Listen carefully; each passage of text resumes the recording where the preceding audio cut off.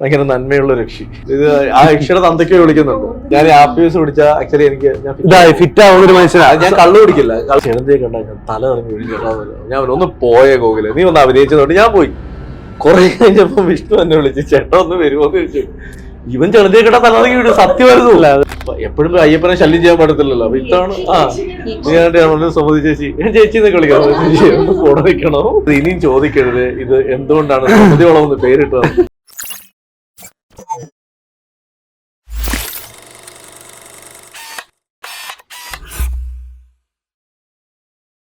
ഓൺലൂക്കസ് മീഡിയയിലേക്ക് എല്ലാ പ്രേക്ഷകർക്കും സ്വാഗതം. സുമതി വളവ് സിനിമയുടെ വിശേഷങ്ങളുമായി ഇന്ന് നമുക്കൊപ്പം ഉള്ളത് ടീമാണ്.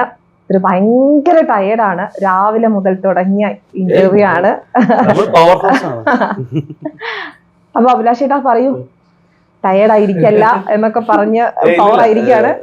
വിശേഷം ഇത് തന്നെ. ഓഗസ്റ്റ് 1 പടം റിലീസ് ആവാൻ പോകുന്നു. വലിയ സന്തോഷമുണ്ട്. കാരണം ഞാനും വിഷ്ണുവും മാളികപ്പുറത്തിന് ശേഷം വീണ്ടും ഒരുമിക്കുന്ന ഒരു സിനിമ. ഒരുപാട് പ്രതീക്ഷയുള്ള സിനിമയാണ്. ഒരുപാട് എഫോർട്ട് എടുത്ത് ചെയ്തൊരു സിനിമയാണ്. അപ്പോൾ അത് എല്ലാം കഴിഞ്ഞിട്ട് ഇനി ഒരു 6 ദിവസം 5 ദിവസം കഴിഞ്ഞാൽ തിയേറ്ററിലേക്ക് എത്തുക എന്ന് പറയുമ്പോൾ ഒരു എക്സൈറ്റ്മെൻറ്റ് ഉണ്ടല്ലോ, അത് ചെറുതല്ല, വലുതാണ്. പിന്നെ ഈ പറയുന്ന പോലെ എല്ലാ സിനിമകളും ടെൻഷനാണ് റിലീസിന് മുന്നേ. ആ ടെൻഷനുണ്ട്. എനിക്കത് 2-3 ദിവസം മുന്നേ വരെ ഞാൻ ഭയങ്കര ഹാപ്പിയായിരുന്നു, ചില്ല. ഇപ്പം ഞാൻ മറ്റേ എല്ലാ പടത്തിനും മുന്നേ ഉള്ള പോലെ ടെൻഷൻ. അയ്യോ അടുക്കുന്നു, റിലീസ് എടുക്കുന്നു. പക്ഷേ ഹാപ്പിയാണ്. ഞങ്ങളുടെ പ്രൊഡക്റ്റിൽ ഞങ്ങൾ ഭയങ്കര ഹാപ്പിയാണ്. അപ്പം ഞാനായാലും വിഷ്ണുവായാലും സെയിം. വിഷ്ണു, അപ്പോ രണ്ടുപേരും വീണ്ടും മാളികപ്പുറത്തിന് ശേഷം ഒരുമിച്ചിരിക്കുകയാണ് അല്ലെ? അപ്പം എത്രമാത്രം എക്സൈറ്റഡ് ആണ്? പറഞ്ഞോട്ടെ. അഭിലാഷേട്ടൻ പറഞ്ഞത് തന്നെയാണ് എന്റെ അടുത്ത് വരുമ്പോ തന്നെ പറഞ്ഞത് എന്താന്ന് വെച്ച് കഴിഞ്ഞാൽ, ഞങ്ങൾ രാവിലെ മുതൽ സുമതി വളവിനെ കുറിച്ച്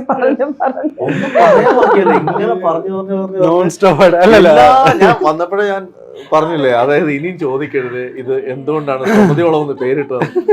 പിന്നെ സ്ഥിരം ഒറ്റ ചോദ്യം, വളവിൽ പോയിട്ടുണ്ടോ? ഞാൻ ആ ചോദ്യം ഒന്നും ചോദിക്കുന്നില്ല. അപ്പൊ നമ്മൾ 90കളിലേക്ക് സഞ്ചരിക്കാണല്ലോ 25-ന്. അത് ഭയങ്കര റിസ്ക് പിടിച്ചൊരു കാര്യമാണല്ലോ. ആ ഒരു സമയം, ആ സിറ്റുവേഷനൊക്കെ റീക്രിയേറ്റ് ചെയ്യാന്ന് പറയുന്നത് എത്രമാത്രം ചാലഞ്ച് ആയിരുന്നു ശരിക്കും? ചലഞ്ച് എഴുതാൻ വളരെ എളുപ്പമായിരുന്നു, ചെയ്യുക എന്നുള്ളതായിരുന്നു ചലഞ്ച്.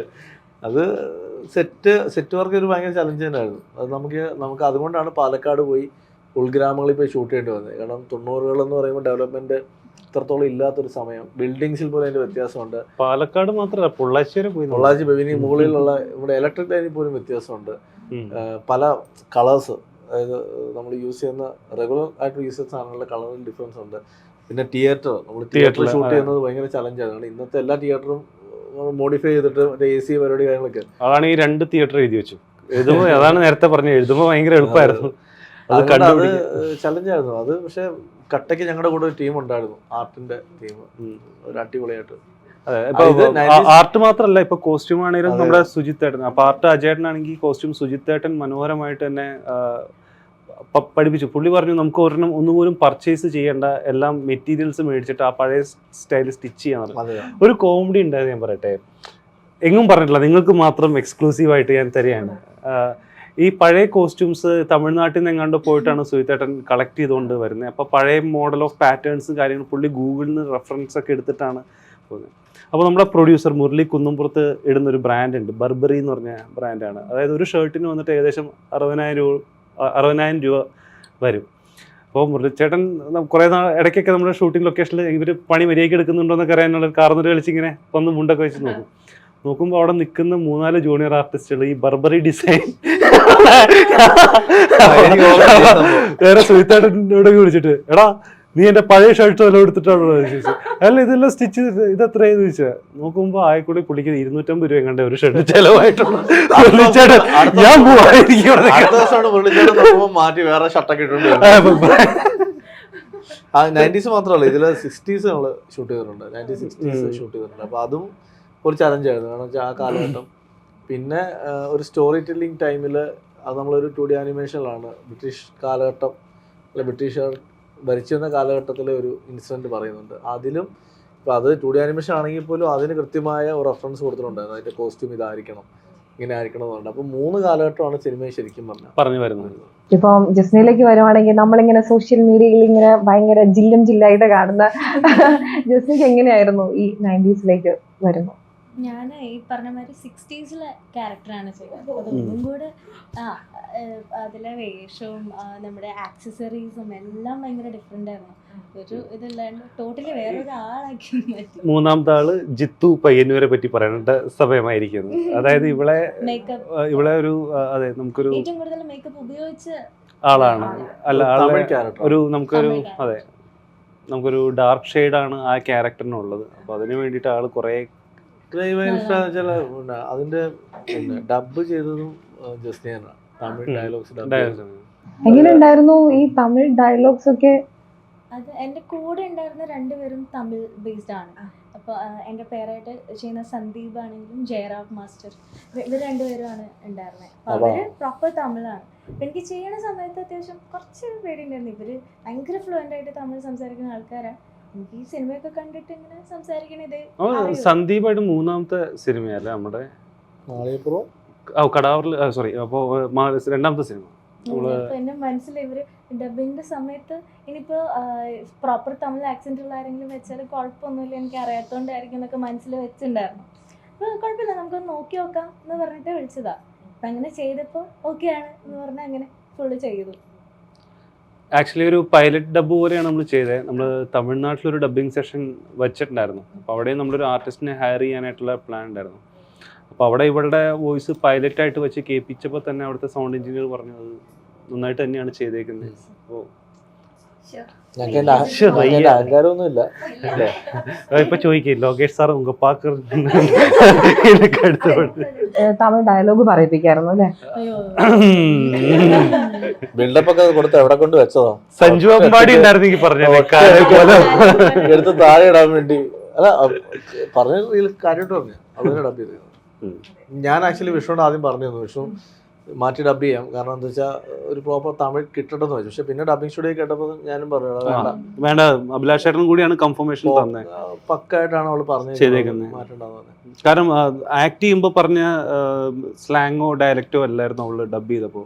എനിക്ക് തോന്നുന്നത് നമ്മുടെ അല്ല ഇല്ലായിരുന്നു, ഭയങ്കര കൂറായിട്ട് പറഞ്ഞു.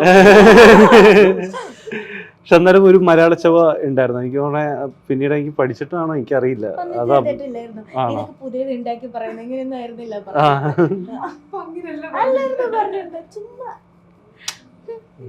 ജുഹിയിലേക്ക് വരുമ്പോ ഭയങ്കര രസമുണ്ടായിരുന്നു. പാട്ട് കേട്ടു ഇന്നലെ. അപ്പോ കണ്ടു, ഡാൻസ് കണ്ടു, ജൂഹി പാട്ട്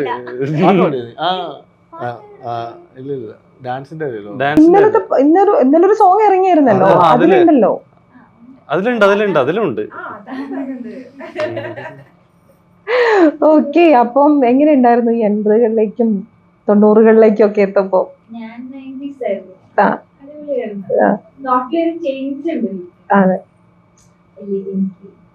ആരെങ്കിലും ഒക്കെ റെഫർ ചെയ്തായിരുന്നോ? ഞങ്ങള് റെഫറൻസ് എടുത്തിട്ടുണ്ട്. എടുത്ത് ഗൂഗിളിന്റെ പേരായിട്ടാണ് ജൂഹി ചെയ്തിരിക്കുന്നത്. ഞങ്ങളുടെ ശത്രു കുടുംബമാണ്. ആ കുടുംബത്തില് ഞങ്ങൾക്ക് സപ്പോർട്ടുള്ള അതാണ്.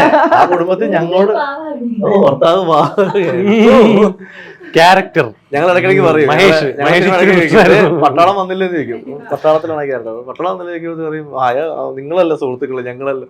പക്ഷെ നല്ല രസമുള്ളൊരു ക്യാരക്ടറൈസേഷനാണ് ജോഹിയുടെ. അത് ഞങ്ങള് ഫസ്റ്റ് ഡേ തൊട്ട് തന്നെ ഭയങ്കര ജെല്ലായിട്ടാണ്. ഏറ്റവും ലാസ്റ്റ് വന്ന ആളാണല്ലേ? ഏറ്റവും ലാസ്റ്റ് ആയിട്ട് തലേ ദിവസം ഞാന് കഥ പറയാൻ വിളിച്ചപ്പം ഭാഗ്യം ബാക്ക് ചെയ്ത് ബസ് വന്നോണ്ടിരിക്കാന്ന്. വന്നോണ്ടിരിക്കാ കഥയൊക്കെ കേൾക്കണ്ടേ? അവിടെ വന്നിട്ട് കേട്ടോളാം, ഞാൻ റെഡിയാണ്. എന്തായിരുന്നു അങ്ങനെ റെഡി വരാനുള്ള ഒരു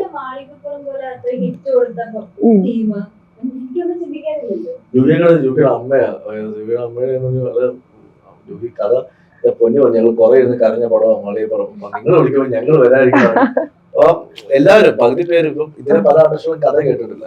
നമ്മൾ വിളിച്ചിട്ട് സിനിമയുണ്ട് കേട്ട ആർട്ടിസ്റ്റുകളാരാ?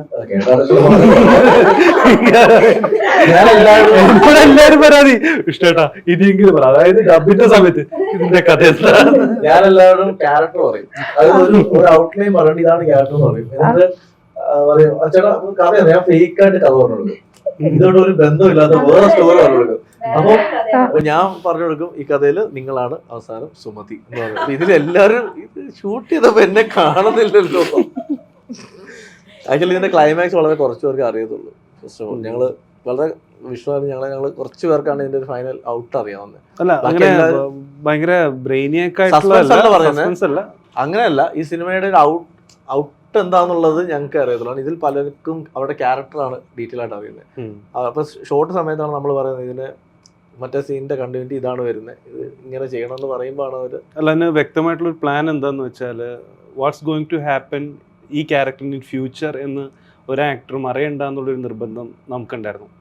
സോ അത് അവർ പെർഫോം ചെയ്യുമ്പോൾ അതുകൊണ്ട് തന്നെ അവർ ഭയങ്കര ലൈവായിട്ടുള്ള ഇൻപുട്സും കാര്യങ്ങളും അവർ തരുന്നുണ്ട്. അപ്പോൾ നമ്മൾ അതുകൊണ്ടാണ് ഇതിലെ പല കഥാപാത്രങ്ങൾക്കും ഈ സിനിമയിൽ ഞങ്ങൾ ഇതിന്റെ ഒരു പോസ്റ്റർ ഇടുമ്പോഴും അല്ലെങ്കിൽ ഇതിന്റെ കാസ്റ്റാങ്ങൾ ഇടുമ്പോഴാണ് ഇവരൊക്കെ ഈ പടത്തിലുണ്ടായിരുന്നു, ഏത് സീനിലോ അതൊക്കെ ഉണ്ടായിരുന്നു എന്ന് പറയും.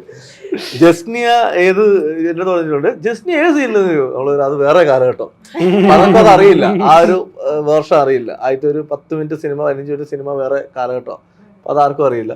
അതുപോലെ ഇതില് എനിക്ക് തോന്നുന്നു പിന്നെ നമ്മുടെ ശിവത അഭിനയിച്ച കാര്യം പല ആർട്ടിസ്റ്റുകൾക്ക് അറിയില്ല. ശിവത ഉണ്ടായിരുന്നു ഇതിൽ ഇതുമായി ബന്ധപ്പെട്ട ശിവത ഈ പടത്തില് വൺ ഓഫ് ദ എനിക്ക് പേഴ്സണലി പറഞ്ഞാൽ എനിക്ക് ഈ പടത്തിൽ ഏറ്റവും ഇഷ്ടപ്പെട്ട പെർഫോമൻസുകളൊന്ന് ശിവതയാണ്. Basically she's a good actress ആണ്, പക്ഷെ ഇതിൽ ശിവത ഒരു എഫോർട്ട് എടുത്തിട്ടുണ്ട്. അത് മറ്റ് ഫീമെയിൽ ആർട്ടിസ്റ്റുകൾക്ക് കിട്ടിയതിനേക്കാട്ടി കുറച്ചുകൂടെ ഫിസിക്കൽ ചലഞ്ചുള്ള ആക്ടിങ് ഏരിയ ആയിരുന്നു. അപ്പോൾ അതുകൊണ്ട് ആ ഒരു ഇതൊക്കെ ശിവത ഭയങ്കര രസമാണ്. അതായത് നമ്മുടെ ഫൈറ്റ് മാസ്റ്റർ വിക്കി സാർ പറഞ്ഞിരുന്നു അദ്ദേഹം കൊണ്ടുവന്ന ഒരു ഫീമെയിൽ സ്റ്റണ്ട് ലേഡി ചെയ്യാനായിട്ട് വിസമ്മതിച്ച ഒരു കാര്യം ശിവത ഇനിഷ്യേറ്റീവ് എടുത്തിട്ട് ചെയ്തു. സോ അത് ഞാൻ അവരെ ഭയങ്കര കാരണം സാധാരണ ചെയ്യാൻ സാധ്യതയില്ല ഒരാളും. അതായത് നമ്മൾ ഇങ്ങനെ വരെ ചിന്തിക്കാൻ തുടങ്ങി, ഏതെങ്കിലും നമ്മുടെ മെയിൽ സ്റ്റണ്ട്മാനെ വെച്ചിട്ട് നമുക്ക് ആ സീക്വൻസ് അങ്ങനെ ചെയ്യാം അവരെ ഫീമെയിൽ ഇതായിട്ട്. പക്ഷെ ശിവത നോർമലി പകല് പോലും കയറി പോകാൻ പേടിക്കുന്ന ഒരു വലിയ വാട്ടർഫോളിന്റെ ഏറ്റവും ടോപ്പില് ശിവത നൈറ്റ് ടൈമിൽ പോകാൻ തയ്യാറായി. മാത്രമല്ല അവിടെ വെച്ച് ആക്ട് ചെയ്യാൻ തയ്യാറായി. ആക്ടിങ് അറിയില്ല, നമ്മൾ ഷോട്ട് വെച്ച് കഴിഞ്ഞാൽ എല്ലാവരും മാറണം. നമ്മൾ വിചാരിക്കും ഭയങ്കര ഒരു റിസോർട്ടോ അങ്ങനത്തെ ഒരു എന്തെങ്കിലും സെക്യൂർഡ് ആയിട്ടുള്ള ഒരു ഏരിയ ആയിരിക്കും. പക്ഷെ റിയൽ അറ്റാക്കിംഗ് മൈൻഡ് സെറ്റ് ഉള്ള വൈൽഡ് ലൈഫ് ഉള്ള ഒരു ഏരിയയിൽ അവരൊറ്റയ്ക്ക് പോകാൻ പോലും ആ ഒരു ക്യാരക്ടർ. ഞാൻ പിറ്റേ ദിവസം വന്നിട്ട് ഞാൻ വിഷ്ണുവോട് ചോദിക്കാം, വിഷ്ണു നമ്മളിത് എടുത്ത റിസ്ക് ചെറുതാണോടാന്ന് ചോദിച്ചു. കാരണം ഒന്ന് ഇത്രയും വലിയൊരു ആക്ട്രസ്, മാത്രമല്ല ഷോട്ട് പറഞ്ഞിട്ട് എല്ലാവരും മാറി. എന്തൊക്കെ സേഫ്റ്റി എക്യുപ്മെന്റ്സ് ഉണ്ടെന്ന് പറഞ്ഞാൽ അവിടെ നിൽക്കാൻ ഒരു പേടി ഓട്ടോമാറ്റിക്കലി വരും. അപ്പൊ അത് മാത്രമല്ല അതിന്റെ ഏരിയൽ ഷോട്ടും ഉണ്ട്. അപ്പൊ ഏരിയൽ ഷോട്ട് വെക്കുമ്പോൾ ഈ ഏരിയ മൊത്തം മാറണം, മൊത്തം ക്ലിയർ ചെയ്യണം. അപ്പൊ നമ്മൾ എല്ലാവരും മാറിയിരിക്കുമ്പോഴാണ് ഈ സാധനം ചെയ്യുന്നത്. അതൊരു ഭയങ്കര ചലഞ്ച് പരിപാടിയായിരുന്നു. അല്ല തീർച്ചയായിട്ടും ഞാൻ ശിവത ചെയ്താൽ നമുക്ക് പ്രൊമോഷൻ ഞങ്ങൾ ഇരുത്തിയിട്ടുണ്ട്. ശിവത അങ്ങനെ തിരക്കാണ്, പക്ഷെ ഈ സിനിമ കണ്ട് ഇറങ്ങുന്ന ആളുകൾ എപ്പോഴും പറയും ശിവതയുടെ ഒരു പെർഫോമൻസിനെ പറ്റി പറയും. ഒരു പിന്നെ എല്ലാവരും ഞാൻ പറഞ്ഞ ഫിസിക്കലി അത്ര ചലഞ്ച് ചെയ്തതാണ്. ഇവരെല്ലാവരും അവരുടെ റോളുകൾ ഭംഗിയാക്കിയിട്ടുണ്ട്. ഓരോരുത്തർക്കും ഓരോ രീതിയിലാണ്. ഇപ്പം ജസ്നയ്ക്ക് കിട്ടിയേക്കുന്ന ഒരു തമിഴ് ക്യാരക്ടർ എന്താണ് സുമതിവളമെന്ന് ഓഡിയൻസിനെ മനസ്സിലാക്കി തരുന്നത് ജസ്റ്റിൻ്റെ ഒരു ക്യാരക്ടറിലൂടെയാണ്. അപ്പോൾ അത് ആദ്യത്തെ ഒരു ഏരിയയിൽ തന്നെ സിനിമ സ്ട്രോങ് ആയിട്ട് നമ്മളെ അവിടെ പിടിച്ചു കൊടുത്തു. ജൂഹി ചെയ്ത കഥാപാത്രമാണെങ്കിൽ ഗൂഗിളിൻ്റെ പേരാണെങ്കിൽ പോലും കൃത്യമായ സ്പേസിൽ റിയാക്ട് ചെയ്യുന്ന ഒരു കഥാപാത്രം, ഒരു ഫീമെയിൽ സെൻട്രിക്കില് കുറച്ച് മെച്ചുവേർഡ് ആയിട്ടും കാര്യങ്ങൾ ബോൾഡ് ആയിട്ടും ഇപ്പൊ ഫാമിലി ആളല്ല ക്യാരക്ടറിൽ അതെ നല്ല പവർഫുൾ ആയിട്ടാണ്. പിന്നെ മാളവികയുടെ ഒരു ക്യാരക്ടർ, ഒരു പ്രണയം, നമ്മൾ 90s കാണുന്ന ഒരു പ്രണയവും അതിന്റെ ബ്രേക്കപ്പും കാര്യങ്ങളൊക്കെ ഉള്ള ക്യാരക്ടർ. പിന്നെ ഗോപിക ചെയ്തേക്കുന്നത് ഞങ്ങളുടെ കൂട്ടത്തിലുള്ളൊരു സൗഹൃദത്തിലുള്ളൊരു പെൺകുട്ടി. പിന്നെ സിജ ചെയ്തിട്ടുണ്ട് ഒരു ക്യാരക്ടർ. സിജ ഈ പറയുന്ന പോലെ ആ ഗ്രാമത്തിലുള്ളൊരു എല്ലാവർക്കും അറിയാവുന്നൊരു പെൺകുട്ടി. പിന്നെ ദേവനന്ദ, കുറേ ആർട്ടിസ്റ്റുകൾ ഇങ്ങനെ ചെറുതും വലുതുമായിട്ടുണ്ട്. പിന്നെ ഒരു ഫീമെയിൽ ആർട്ടിസ്റ്റ് ഉണ്ട്, അത് ക്ലൈമാക്സിൽ, അത് തിയേറ്ററിൽ കണ്ടാൽ മതി. ഈ പറയുന്ന പോലെ ഞങ്ങൾ ഒരു ആർട്ടിസ്റ്റിനെ കുറേ നാളായിട്ട് ഇവിടെ മിസ്സായി നിൽക്കുന്ന ഒരു ആർട്ടിസ്റ്റിനെ ഞങ്ങൾ തിരിച്ചു കൊണ്ടിരുന്നുണ്ട് സിനിമ.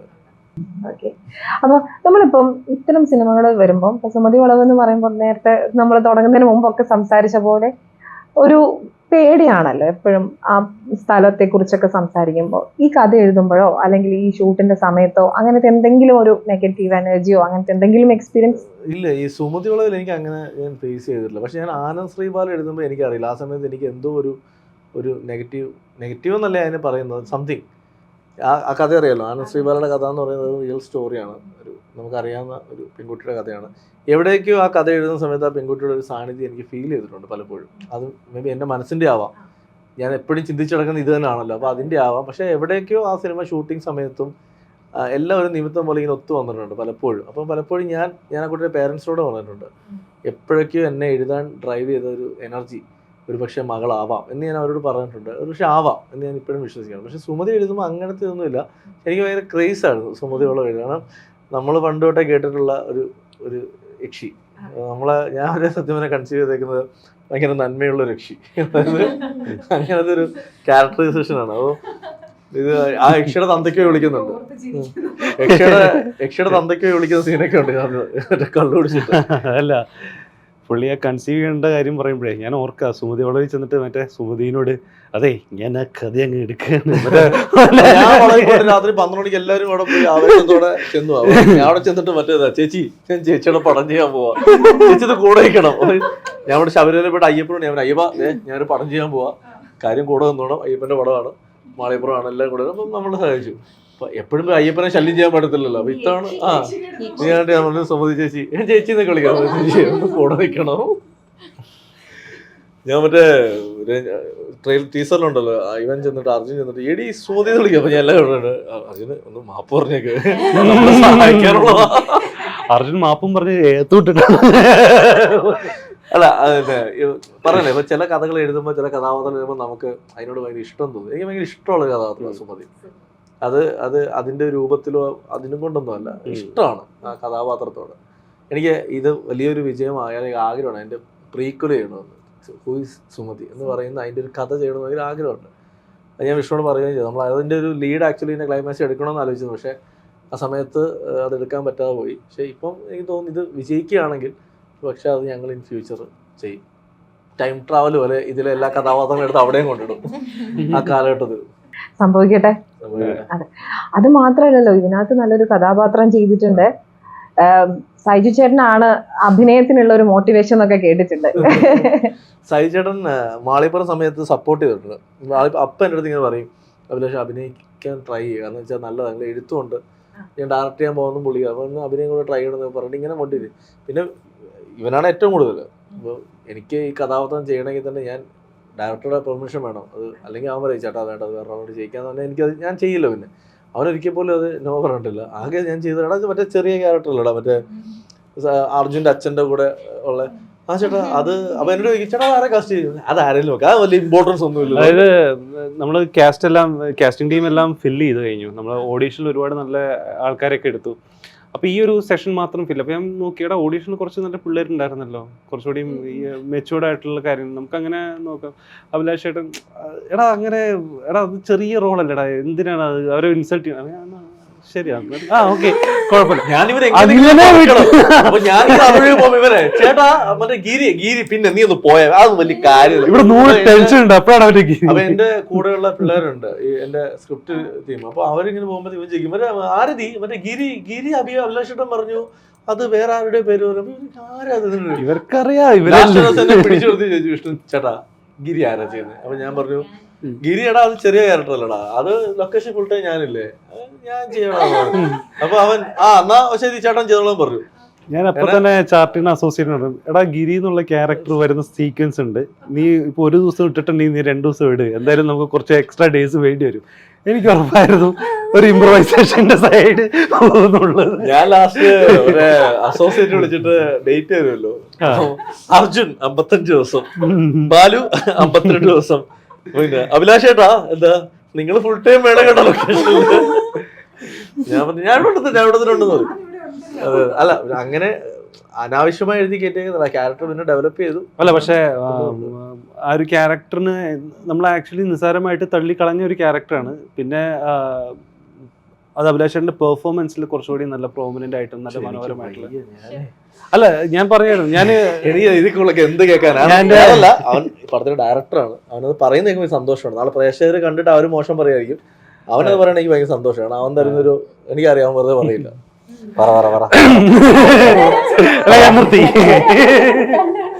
അങ്ങനെയല്ല, അവൻ വന്ന് പറഞ്ഞു തരും. അപ്പൊ ഞാൻ എഴുതിയാണ് ഓക്കെ, ഞാൻ പോയി ആർട്ടിസ്റ്റുകൾക്ക് സീൻ പറഞ്ഞു കൊടുക്കുന്ന ആളാണ്, ഇതിങ്ങനെയാണ് ചെയ്യേണ്ടതെന്നൊക്കെ.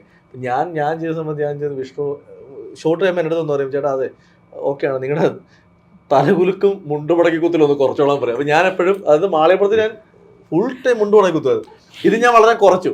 കാരണം എനിക്ക് മുണ്ടിലോട്ട് കഴിയുമ്പോൾ ഇവന്റെ മുഖം ഓർക്കും. അത് ഞാൻ വേണ്ട, മുണ്ടി പിടിക്കണ്ട. ഞാൻ നൈസിന് അവിടെ നിൽക്കുന്ന പ്രോപ്പർട്ടീസ് ഒക്കെ വേറെ എന്താ ആലോചിക്കും. അപ്പൊ കഷ്ടകാലത്തിന് ഷൂട്ട് ചെയ്യുമ്പോൾ ഒക്കെ എന്തെങ്കിലും ആഹാര സാധനം ആയിരിക്കും എന്റെ അടുത്തുള്ളത്. ഞാൻ അനാവശ്യമായിട്ട് ഇതിൽ ഒന്നെടുത്ത് കഴിച്ചോണ്ടായിരിക്കും ഷോട്ട്, ഫസ്റ്റ് ഷോട്ട് എടുക്കുന്നത്.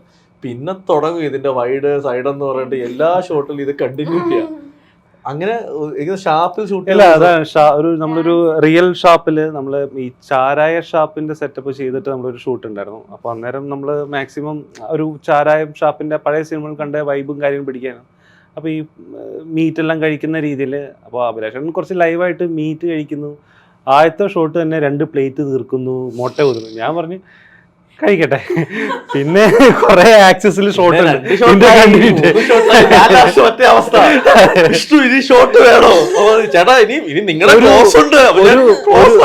ഒരു പോയിന്റ് ആയപ്പോഴത്തേക്കും അഭിലാഷ് ഏട്ടൻ കുറച്ച് ഈ ഗിരി എന്നുള്ള ക്യാരക്ടർ എക്സെൻട്രിക് ആയി തുടങ്ങി, നല്ല കള്ളുടിയനായി തുടങ്ങി. എനിക്ക് എന്തോ ഡൗട്ട് അടിച്ച് ഇനിയിപ്പോ റിയൽ ഷാപ്പാണ് ഇനി കൊടുത്ത പ്രോപ്പർട്ടിയിൽ. പിന്നെ എനിക്ക് മനസ്സിലായില്ല.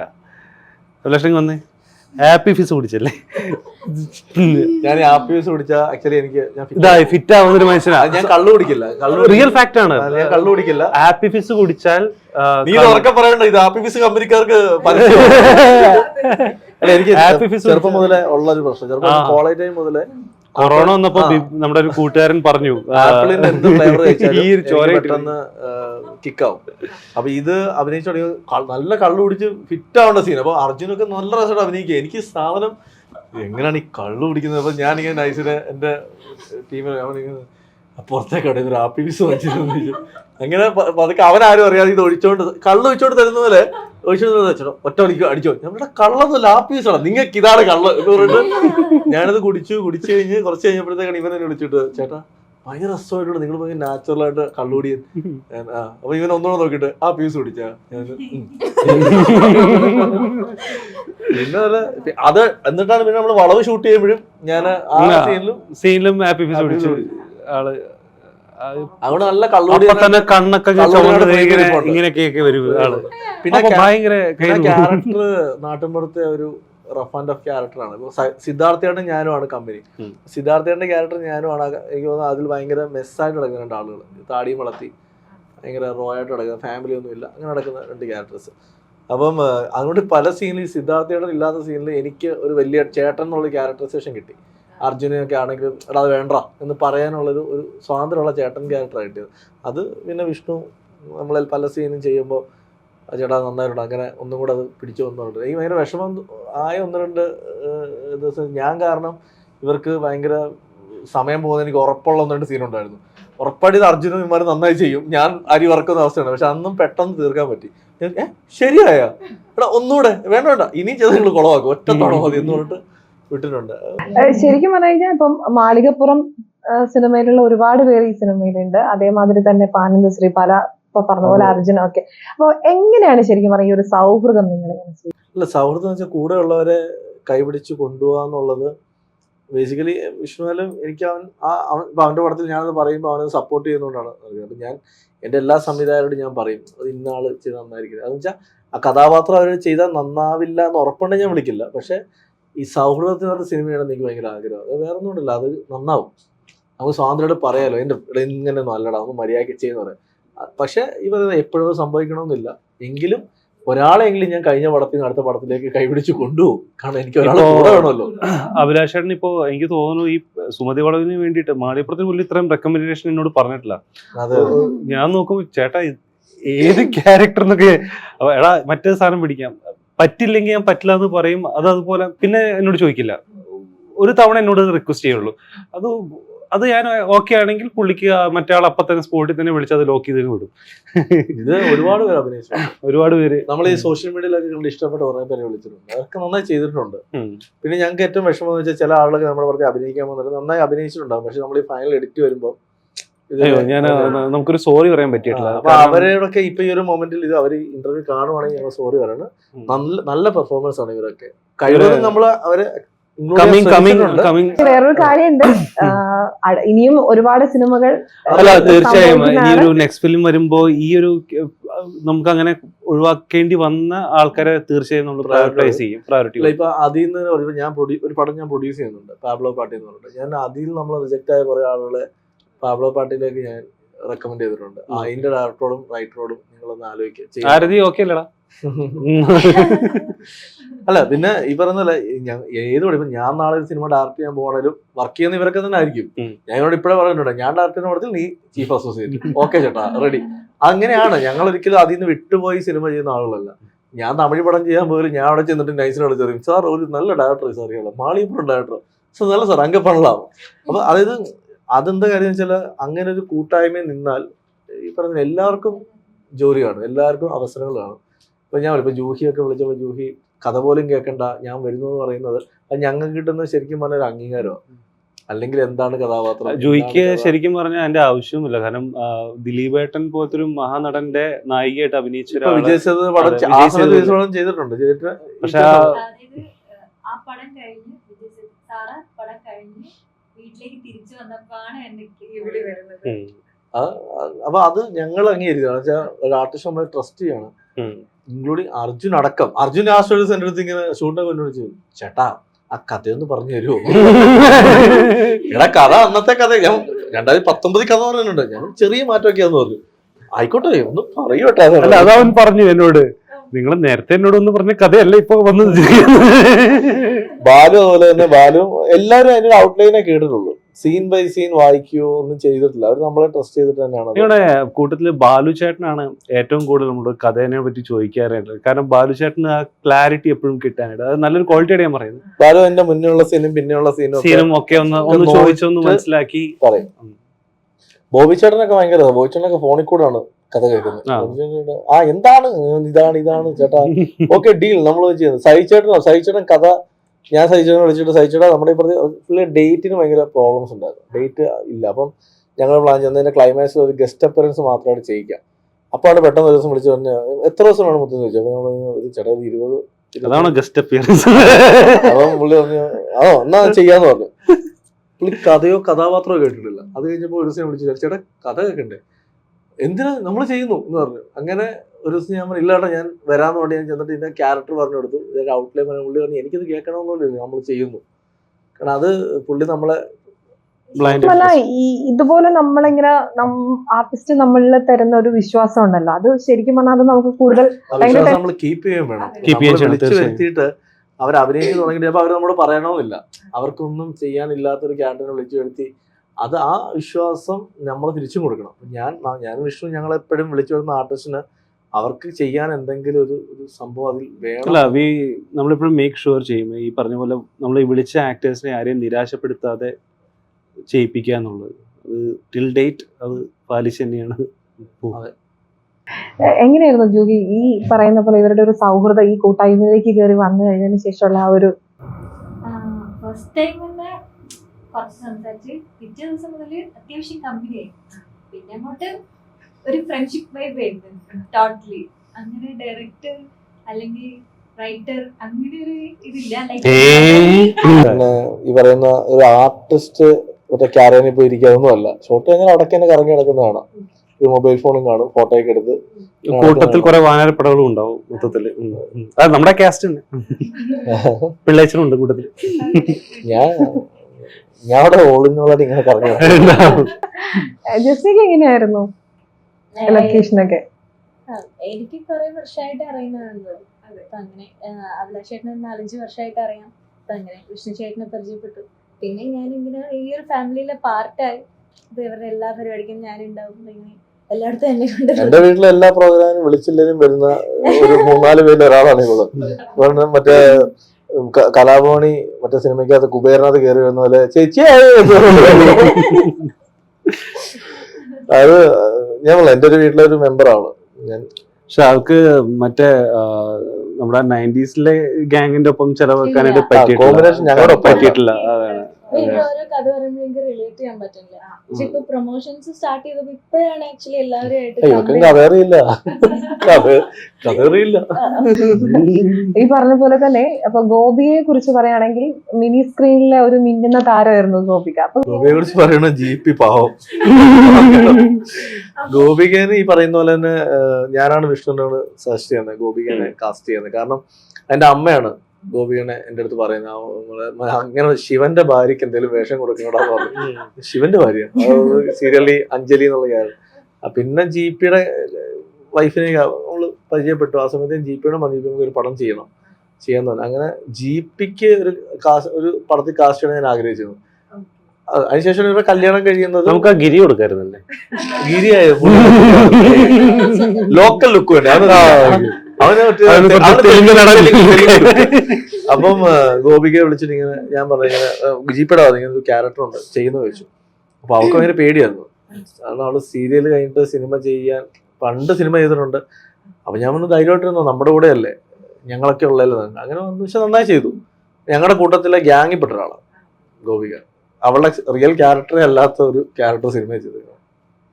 അതൊക്കെ പോട്ടെ, പറഞ്ഞ പോലെ തന്നെ ഈ സ്ക്രിപ്റ്റ് എഴുതുമ്പോൾ നമ്മുടെ കഥാപാത്രം നമ്മുടെ മനസ്സിൽ കണ്ടുകൊണ്ട് എഴുതിയതായിരുന്നു. അല്ലല്ലോ, ഒരിക്കലും ഞാൻ ആ ക്യാരക്ടർ അങ്ങനെ ചിന്തിച്ചിട്ടുമില്ല. ആ ക്യാരക്ടർ എഴുതുമ്പോൾ അതൊരു ചെറിയ ക്യാരക്ടർ, അത് ആർക്ക് വേണമെങ്കിലും ചെയ്യാവുന്ന ഒരു ചെറിയ ക്യാരക്ടറാണ്. പിന്നെ അത് ഇപ്പൊ അത് ഞാൻ ചെയ്യട്ടെ എന്ന് ചോദിച്ചു കഴിഞ്ഞിട്ടാണ് എനിക്കത് ഇത് കുറച്ചുകൂടെ ഡെവലപ്പ് ചെയ്യാൻ നോക്കുന്നത്. പിന്നെ ആ ഡെവലപ്മെന്റ് അങ്ങ് വളർന്ന് പിന്നെ എല്ലാ സീനിലും വരാൻ തുടങ്ങി, വലുതായിട്ട് എത്തിച്ചത്.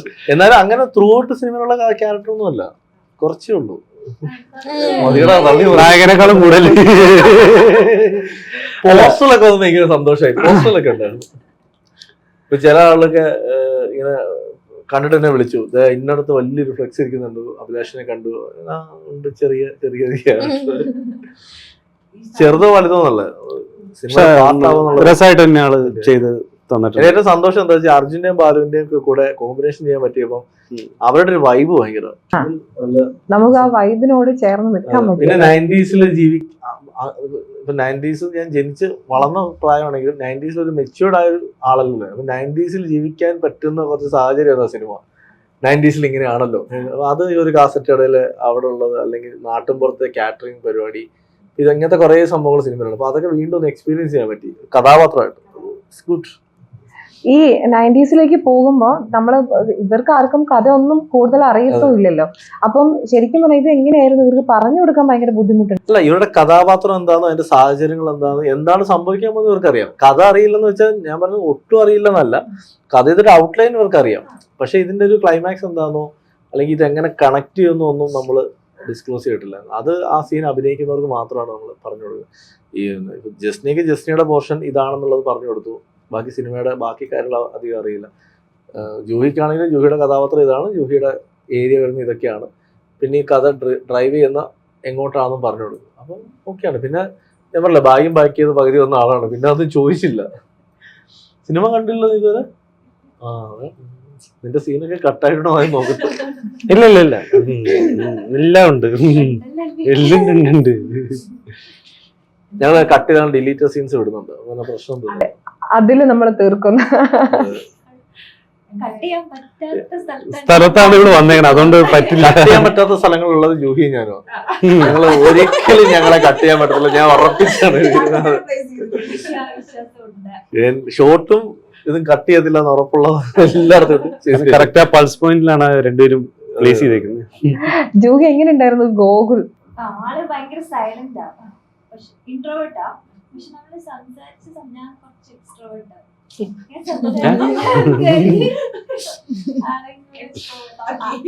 കമ്പനിയാണ്, ഭയങ്കര സപ്പോർട്ടീവാ. എന്തെങ്കിലും സജഷൻ ഒക്കെ ഉണ്ടെങ്കിൽ നമുക്ക് റിഹേഴ്സൽ ചെയ്യാന്നൊക്കെ പറയാം, അങ്ങനെ സജഷൻസ് ഒക്കെ പറഞ്ഞു ഭയങ്കര സപ്പോർട്ടീവായിരുന്നു.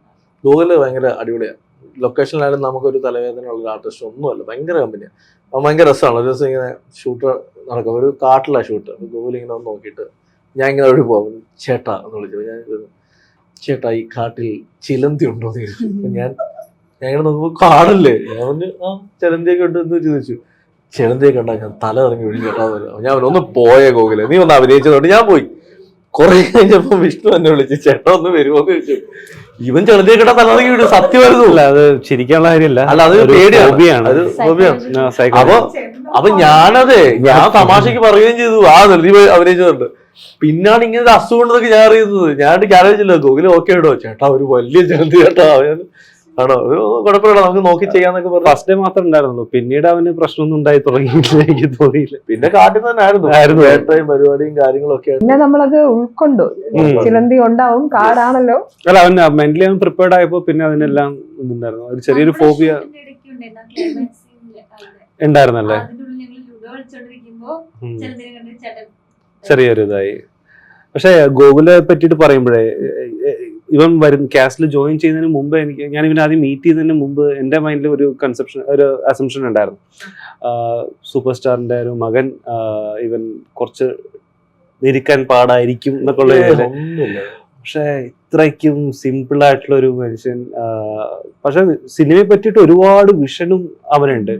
ഓരോ ഷോർട്സിനെ പറ്റി ഞാനും അവനുമായിട്ട് കൂടുതൽ സംസാരിച്ചപ്പോൾ മച്ചാൻ സംസാരത്തിലുപരി കൂടുതലും ഈ ക്രിയേറ്റീവ് ആയിട്ടുള്ള ഫിലിം മേക്കിങ്ങിനെ പറ്റിയിട്ടും അപ്പൊ അവൻ കാണുന്ന സിനിമകളെ പറ്റിയിട്ടും എനിക്ക് തോന്നുന്നു ഫ്യൂച്ചറിൽ ചിലപ്പോൾ ഒരു Suresh Gopi as A director നിങ്ങൾക്ക് കാണാനുള്ള പൊട്ടൻഷ്യൽ ഒരുപാടുണ്ട്. ഗോകുൽ ഏറ്റവും വലിയ ക്വാളിറ്റി അവൻ സുരേഷിന്റെ മകൻ എന്നൊരു ലേബലിൽ നിൽക്കാൻ ആഗ്രഹിച്ച ഒരു ആർട്ടിസ്റ്റ് അല്ല കേട്ടോ. അവൻ അവന്റെ ഐഡന്റിറ്റിയാണ്.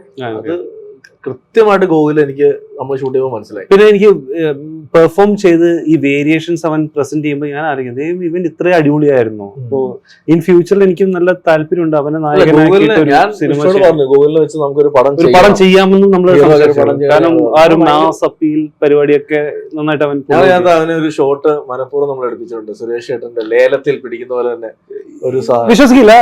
ചില ഷോർട്സിൽ കണ്ട നമ്മുടെ പഴയ സുരേഷ് ചേട്ടനെ AI ചെയ്ത പോലെ ഉണ്ടായിരുന്നു ഗൂഗിളിനെ. ഇൻട്രോ സീനില് വന്ന് ഇറങ്ങി നിൽക്കുമ്പോൾ ശരിക്കും AI സുരേഷ് ചേട്ടൻ ചെയ്ത് വെച്ചോളുണ്ട് ഗൂഗിളിനെ കണ്ട.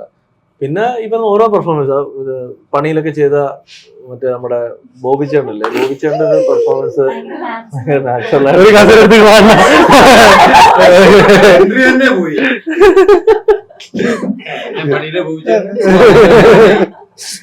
പണിയിലെ ബോബിച്ചേട്ടൻ ഗംഭീര പെർഫോമൻസ് ആണ് ഈ പടത്തിൽ നമുക്ക് തന്നെ.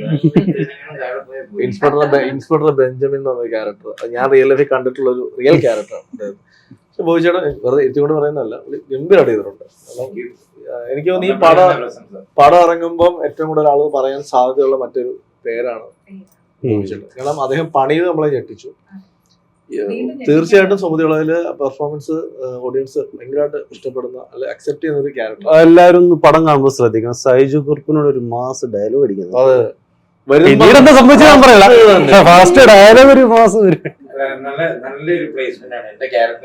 ഈ പുള്ളി ക്യാമറയിലുണ്ടോ, ഫ്രെയിമിലുണ്ടോ?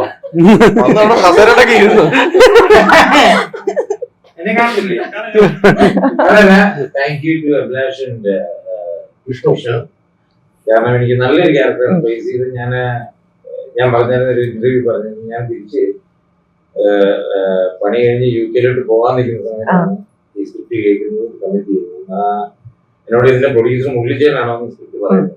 ഞാൻ അപ്പൊ തന്നെ ഓക്കെ പറഞ്ഞു. അതിനുശേഷമാണ് അഭിയൊന്ന് നരേറ്റ് ചെയ്യുന്നത്. ഞാൻ പോയി കഥ പറയുന്നത് പുള്ളിക്ക് മനസ്സിലായി. മുള്ളിച്ചേട്ടാ പുള്ളി പോയി കഥ പറഞ്ഞു അവരോട്. അല്ല, ഞാൻ ഇതിലോട്ട് വരാനുണ്ടായിരുന്ന സാഹചര്യം എന്റെ പ്രൊഡ്യൂസർ തന്നെയാണ്. കാരണം അദ്ദേഹം പണി കണ്ടിട്ട് അഭിയഭീഷണനോട് പറഞ്ഞ് പോയി പണിയെന്ന് കാണാൻ പറഞ്ഞ് നമ്മൾ ഒരുമിച്ചായിരുന്നു. ഇൻഫാക്ട് മുരളിച്ചേട്ടൻ ഇപ്പോഴും തെറ്റാറുണ്ട്. ഒരുമിച്ചാണ് നമ്മൾ ഞാനാണ് സെപ്പറേറ്റ് ഉണ്ട്, അഭിലാഷേട്ടനാണ് സെപ്പറേറ്റ് ആയിട്ട് കണ്ടത്. അപ്പൊ കണ്ടപ്പോ തന്നെ മൈൻഡിൽ നമുക്ക് മുരളിച്ചേട്ടൻ പറഞ്ഞാണ്. പക്ഷെ ഞാൻ മൈൻഡിൽ തുറന്നു പറയാം, ഞാൻ മൈൻഡിൽ ഉറപ്പിച്ചു. ഞാൻ പണി കണ്ടിട്ടില്ലല്ലോ, ഞാൻ വളരെ പേര് പറഞ്ഞു. ഞാൻ കഥാപാത്രം എഴുതുമ്പോൾ ഞാൻ മനസ്സിൽ കണ്ടത് അത് മറ്റൊരു ആർട്ടിസ്റ്റിനെയാണ്. കുറച്ചും കൂടെ ഒരു ഇന്നിപ്പോ ഇൻഡസ്ട്രിയിൽ നിൽക്കുന്ന ഒരു പ്രോമിനന്റ് ആർട്ടിസ്റ്റിനെ തന്നെയാണ് മൈൻഡ് വെച്ചത്. ഞാൻ പോകുന്നത് തന്നെ ഇത് വർക്ക് ആവില്ല എന്നൊരു മൈൻഡ് സെറ്റിലാണ് ഞാൻ പോകുന്നത്. കാരണം ഒരു പുതിയ ആള് വന്നാൽ അത് എങ്ങനെ ശരിയാവുന്നു. പക്ഷെ സിനിമ കണ്ട് ഇറങ്ങി കഴിഞ്ഞപ്പോൾ ഞാൻ വിഷ്ണു വേറെ ആരും വേണ്ട ഈ മുതലിനെ തന്നെ.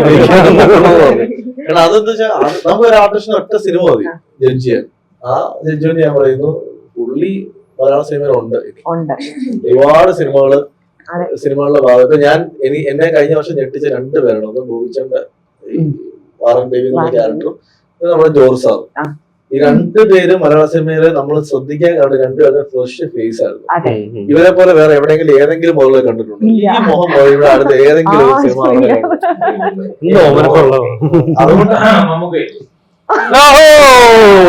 അതുകൊണ്ട് അല്ല, ഞാൻ ഇങ്ങനെ കഴിഞ്ഞ 2-3 ദിവസമായിട്ട് ഈ കോളേജ് പ്രൊമോഷൻസ് നടക്കുന്നുണ്ടല്ലോ സുമതി വളവിന്റെ, അതിന്റെ റീൽസ് ഒക്കെ കാണുമ്പോ ഇന്ന് ഞാനിപ്പോ കുറച്ചു മുമ്പ് ഒരു റീൽസ് കണ്ടപ്പം ചേട്ടൻ കോളേജിലേക്ക് എത്തിയപ്പോ എന്താണ് ഞങ്ങള് കോളേജിൽ പോയി സ്റ്റേജിൽ കയറി എല്ലാവരും ഞാൻ പറഞ്ഞ ബോബി ചേട്ടൻ 10:30 വിട്ടതാണല്ലോ ഇരിക്കുക. ഇല്ല ചേട്ടാ ഇനി ഒരു 10 മിനിറ്റ് വരാൻ ഞങ്ങൾ ചെയ്യുന്ന എല്ലാവരും വെയിറ്റ് ചെയ്തിരിക്കുമ്പോ ഞാൻ കേൾക്കുന്നുണ്ട് നമ്മുടെ അസോസിയേറ്റ് പറയുന്നത് ചേട്ടാ എല്ലാരും കേറി നിങ്ങൾക്ക് ഇനി എൻട്രി ആവാം അതുകൊണ്ട് പരിപാടി പഠിച്ചപ്പം അഭിലാഷ് പുള്ളി അവിടെ മുഴുവൻ വെൽ പെയ്ഡ് സെറ്റിൽഡ് ആയിട്ട് വേണ്ടി ഞാൻ ചെല്ലുമ്പോ തന്നെ അനൗൺസ്മെന്റ് അഭിലാഷ് പിള്ള ഇത് മാത്രമേ കേൾക്കുള്ളൂ. അപ്പൊ ഞാൻ വന്നിട്ട് തിരിച്ചു കയറിട്ട് പിന്നെ ഒന്നുകൂടെ വന്നിട്ടാണ് അങ്ങനെ കയറി. പക്ഷേ സംഭവിച്ചോ ഭയങ്കര ഏറ്റവും ക്ഷീണം ചെയ്ത അഭിലാഷ് മാസ് എൻട്രി ആയിരുന്നു മാസ് എൻട്രി. പക്ഷെ രസം എന്ന് വെച്ചാ അവിടെ നമ്മുടെ പള്ളിയിലച്ചൻ കൈവയ്ക്കാതെ കൈയടിക്കത്തുള്ളായിരുന്നു. പക്ഷെ പുള്ളി വന്നപ്പോ പള്ളിയിലച്ചൻ കൈയടി ഭയങ്കരമായിട്ട് ക്ലാപ്സ് ആയിരുന്നു. ഞാൻ എന്റെ സിനിമയിലോട്ടുള്ള എൻട്രി തന്നെ അങ്ങനെയാണ്. എനിക്ക് ജോജു ജോർജ് എന്ന് പറയുന്ന എന്റെ സുഹൃത്ത് പണിയുടെ ഡയറക്ടർ, അതുകൊണ്ട് യാദൃശ്യമായിട്ട് സിനിമയിലോട്ട് ഇൻവൈറ്റ് ചെയ്ത് അങ്ങനെ വന്ന ഒരാളാണ്. എനിക്ക് കിട്ടുന്ന എല്ലാ ബ്ലെസ്സിങ്ങും അങ്ങനെയാണ്. ഞാൻ ഇതൊന്നും ഇപ്പൊ ഇന്നത്തെ കോളേജിന്റെ കാര്യങ്ങൾ ഇതൊക്കെ യാദൃശ്യമായിട്ട് സംഭവിക്കുന്നത് എല്ലാ ആക്സിഡന്റ് വിചാരിക്കും. ഞാൻ നല്ല നല്ല സൗഹൃദങ്ങൾ ഈ സിനിമ കൊണ്ട് ഞാൻ ഒരുപാട് പേരെ പരിചയപ്പെടും. ഈ സുമതികുളം എന്നുള്ള ഒരൊറ്റ സിനിമ കൊണ്ട് തന്നെ മലയാള സിനിമയിലെ ശരിക്കും സുമതികളൊന്നല്ല അമ്മ അസോസിയേഷന്റെ ജനറൽ ബോഡി മീറ്റിംഗ് ആയിരുന്നു. 47 ആക്ടേഴ്സ് ആണ്. 40-45+ നോൺ ആർട്ടിസ്റ്റ് ഉണ്ട്. അപ്പൊ അങ്ങനെയുള്ള ഒരുപാട് പേരുടെ കൂടെ വർക്ക് ചെയ്യാൻ പറ്റി. സിദ്ധാർത്ഥ്, സൈജു കുറുപ്പ്, അർജുൻ, ബാലു, ഗോകുൽ അങ്ങനെ ഒരു നിര തന്നെയുണ്ട്. അപ്പം എന്നെ സംബന്ധിച്ച് ഇരിക്കുന്ന ആർട്ടിസ്റ്റുകളെല്ലാം ജൂവിയായിട്ട് എനിക്കൊരു സീനുണ്ട്. അൺഫോർച്ചുനേറ്റ്ലി നമുക്ക് കോമ്പിനേഷൻ ടൈം ട്രാവൽ ഇല്ലാത്തതുകൊണ്ട് പറ്റിയില്ല. അങ്ങനെയാണ് സിനിമയുടെ ട്രാവൽ. അപ്പം എന്റെ തന്നെ ക്യാരക്ടർ ഒരു നാട്ടിൽ നടക്കുന്ന കഥയുടെ അവിടെ വേറൊരു സിനിമ നടക്കുമ്പോൾ സൈഡിൽ കൂടി എൻട്രി ചെയ്ത് പിന്നെ ആ ട്രാവലിൽ പോകുന്ന ഒരാളാണ്. അപ്പം എനിക്ക് ആ ക്യാരക്ടർ കേട്ടപ്പോൾ തന്നെ എനിക്ക് ഭയങ്കര ഇൻട്രസ്റ്റിംഗ് ആയി. അതാണ് ഞാൻ ഓക്കെ അടിച്ചത്. പിന്നെ എനിക്കുണ്ടായ അനുഭവം എന്ന് പറഞ്ഞാൽ ഞാൻ പറഞ്ഞില്ല ഭയങ്കര എക്സ്പീരിയൻസ് ആണ്. നമുക്ക് വർക്ക് ചെയ്യാനുള്ള ഫ്രീഡം വിഷ്ണു എഴുതിക്കൊണ്ട് പറയല്ല. അത് ചില ഓരോ ഗുരുവിലാണ്. അപ്പം ഞാനിപ്പം പണിക്ക് ശേഷം 4 സിനിമ ചെയ്തു. അപ്പം ഓരോന്നും ഓരോ എക്സ്പീരിയൻസ് ആണ്. ഓരോ ഡയറക്ടേഴ്സ് ഡിഫറെന്റ് ആണ്. ജോജു എന്ന് പറയുന്നത് യൂണിവേഴ്സിറ്റി വേറൊന്നാണ്, ഇദ്ദേഹം വേറൊരു ഡിഫറെന്റ് കൈൻഡ് ഓഫ്, കാരണം ക്യാരക്ടർ തന്നെ വ്യത്യാസമാണ്. ഭയങ്കര കാമൻ ആയിട്ടാണ് കാണുന്ന പോലെ തന്നെ ചെറുതായിട്ട് 1-2 പ്രാവശ്യമൊക്കെ ഞാൻ കണ്ടിട്ടുണ്ടെന്നാലും ഓക്കെയാണ്. അഭിയാണേലും അക്സെപ്റ്റ് ചെയ്ത് നമുക്ക് ഇങ്ങനെ ഒരു ഡയലോഗ് എന്നെ ടെററായിട്ട് എപ്പോ കണ്ടു അതാരും വീഡിയോ എടുത്തിട്ടില്ല. പൊരി കയ്യിൽ കിട്ടിയപ്പോഴായിരിക്കും ടെററെ. നമുക്കതിനെ പറയാം, നമുക്കൊരു സിനിമകൾ ഓരോ എക്സ്പീരിയൻസ്. അപ്പൊ നമ്മളിപ്പോ ഒരു ഡയലോഗ് പറയുമ്പോൾ നമുക്ക് ചിലപ്പം പറയുമ്പോൾ കഴിക്കും. അപ്പൊ നമുക്ക് ഇങ്ങനെ പറഞ്ഞാലോ എന്ന് പറയുന്ന ചിലർ അഡമന്റായിട്ട് പറയുന്നത് ഞാൻ കേട്ടിട്ടുണ്ട്, ഇങ്ങനെ തന്നെ പറയണം. അപ്പൊ അങ്ങനെയുള്ള ഒരു വർക്കിംഗ് സ്പേസ്, അത് ആ ഫ്രീഡം, പിന്നെ നല്ല ടീം, നല്ല രസമുള്ളൊരു ഷൂട്ടിംഗ് പ്രോസസ് ആയിരുന്നു സുഹൃത്തുക്കൾ. ഒരു ആഘോഷമായിരുന്നു. ലൊക്കേഷൻ ഭയങ്കര ജോളിയായിട്ട് ഫൺ ലൊക്കേഷൻ ആയിരുന്നു. ഇല്ല, ഞാൻ പോയിട്ടില്ല. കാരണം അവിടെ പോയിട്ടും പ്രത്യേകിച്ചൊന്നും അനുഭവിക്കാനൊന്നും ഇല്ലെന്ന് എനിക്കറിയാം. എന്നാലും ഇതൊരു അഭിലാഷ് അതിനെ ഒരു റെഫറൻസ് ആയിട്ട് എടുത്തിരിക്കുകയാണ്. അത് പിന്നെ അദ്ദേഹത്തിന്റെ മനസ്സിലൂടെ പോയതും പിന്നെ ഇവര് ക്രിയേറ്റ് ചെയ്തിരിക്കുന്ന ഒരു സാധനമാണ് സ്മൃതികളെന്ന് പറയുന്നത്. അല്ലാതെ ഇതൊരു ഹൊറർ എലമെന്റ്, അതായത് ആർക്കും കാണാൻ മേലാത്ത അങ്ങനത്തെ, ഇതെല്ലാ ആൾക്കാർക്കും എല്ലാ ഓഡിയൻസിനും അല്ലേ എല്ലാം കാണാതെ ഒരു ഫാമിലി എന്റർടൈൻമെന്റ് ആയിരിക്കും. മാളികപ്പുറത്തിന് വന്ന പോലെ തന്നെ ഫാമിലി ആയിട്ട് തന്നെ വരാൻ പറ്റുന്ന സിനിമയാണ്. പിന്നെ ഓഫ്കോഴ്സ് ഹൊറർ സിനിമയിലെ ഇപ്പോഴത്തെ ടെക്നോളജിയും കാര്യങ്ങളും വെച്ചുള്ള എഫക്ട്സും കാര്യങ്ങളൊക്കെ വെച്ച് സ്കാരി മൂവ്മെന്റ് അല്ലേ പറയാൻ പറ്റില്ല. എന്നും പറഞ്ഞുകൊണ്ട് കിടന്നുറങ്ങാൻ പറ്റാത്ത സീക്വൻസുകളോ അങ്ങനത്തെ പടം കണ്ട് ഇറങ്ങി പോകുമ്പോൾ ഭയങ്കര ഹാപ്പി ആയിട്ട് ഇറങ്ങി പോകുന്ന ഒരു സിനിമയാണ്. ഈ മറ്റേ സിനിമകളൊക്കെ കാണുന്ന പോലെ മറ്റേ പൂജ നടത്തി ശരീരത്തിൽ നിന്ന് മാറ്റുക ആ പരിപാടി ഒന്നും അല്ല. അങ്ങനെ അടിക്ക് മാത്രമേ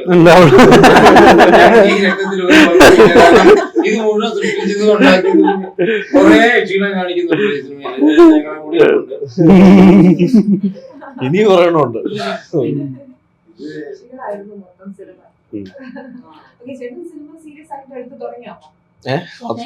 സീരിയസ് അല്ലാതെ എടുക്കാൻ നമുക്ക് ഒരിക്കലും സക്സസ് ആവും. ഏത് കാര്യമുണ്ട്, അഭിനയമല്ല എന്ത് പരിപാടിയാണ് നിങ്ങൾ ചെയ്തു. അപ്പം ഓഫ്കോഴ്സ് സീരിയസ് അല്ലെങ്കിൽ എനിക്കിതിനകത്ത് ഞാനല്ലെങ്കിൽ ഇത്രയും ഇൻവോൾവ് ആവില്ല. എൻ്റെ ഫാമിലി എല്ലാം UK-യിലാണ്. എൻ്റെ ഏറ്റവും ഇൻട്രസ്റ്റഡ് പെറ്റി UK-യിലാണ് ട്രിഗർ. അപ്പോൾ അവരെല്ലാം മിസ് ചെയ്ത് ഞാൻ ഇവിടെ നിൽക്കുന്നുണ്ടെങ്കിൽ 100% സിനിമ എനിക്ക് അതിനോടൊരു പാഷനുണ്ട്. ഞാൻ സിനിമയെ ഒരുപാട് കാലം മുമ്പ് തന്നെ പ്രണയിച്ച് എൻ്റെ ട്രാവൽ തുടങ്ങിയതാണ്. ഞാൻ ആ ഞാൻ വേറൊരു ട്രാവലിലായിരുന്നു സിനിമയിൽ സഞ്ചരിച്ചുകൊണ്ടിരുന്നത്. ജോജു എന്ന് പറയുന്നൊരു വ്യക്തി വഴിയാണ് ഞാൻ അഭിനയത്തിലോട്ട് വരുന്നത്. പിന്നെ അതിലോട്ട് ഇറങ്ങി കഴിഞ്ഞപ്പോഴുള്ള ഇൻട്രസ്റ്റ് ആണ് എന്നെ ഇവിടെ പിടിച്ചത്. Of course I will try. ഇനി അഥവാ ഒന്നും എന്തെങ്കിലും ഒരു മൊമെന്റ് കയറി പോകണമെന്ന് കഴിഞ്ഞാൽ ഐ വിൽ ട്രൈ ബാക്ക്. ഇല്ല പേടിക്കണ്ട, നിങ്ങൾ അങ്ങനെ പോകേണ്ടത് പറഞ്ഞപ്പോ തന്നെ അബിയുടെ 3 പടത്തിൽ ഞാനുണ്ടെന്ന് ഉറപ്പായിട്ടും. അല്ല ഞാൻ അങ്ങനെ പറഞ്ഞതല്ല, ഞാൻ ഇനിയുള്ള എല്ലാ പടത്തിലും എന്റെ ഈ വിഷമം കാരണം അങ്ങനെയല്ല.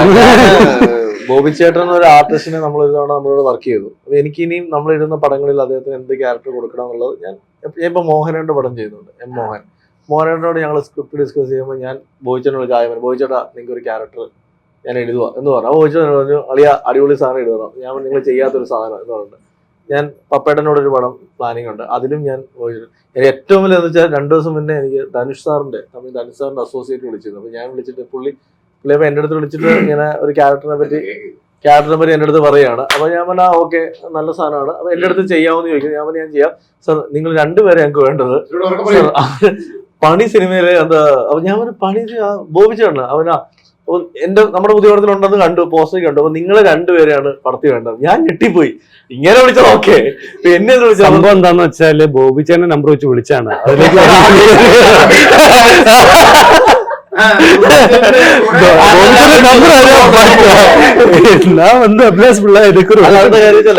പണി വരെ കണ്ടിട്ടുണ്ട്. പിന്നെ ഞാൻ ഈ സോഷ്യൽ മീഡിയ കിടന്ന് കാണിക്കുന്നൊക്കെ കാണുന്നുള്ളൂ. അപ്പൊ എനിക്കത് ഭയങ്കര സന്തോഷമാണ്. പുള്ളി തമിഴിലൊക്കെ ഭയങ്കരമായിട്ട് സ്കോർ ചെയ്യാൻ പറ്റുന്ന ആർട്ടിസ്റ്റാണ്. അത് നല്ലതായിട്ട്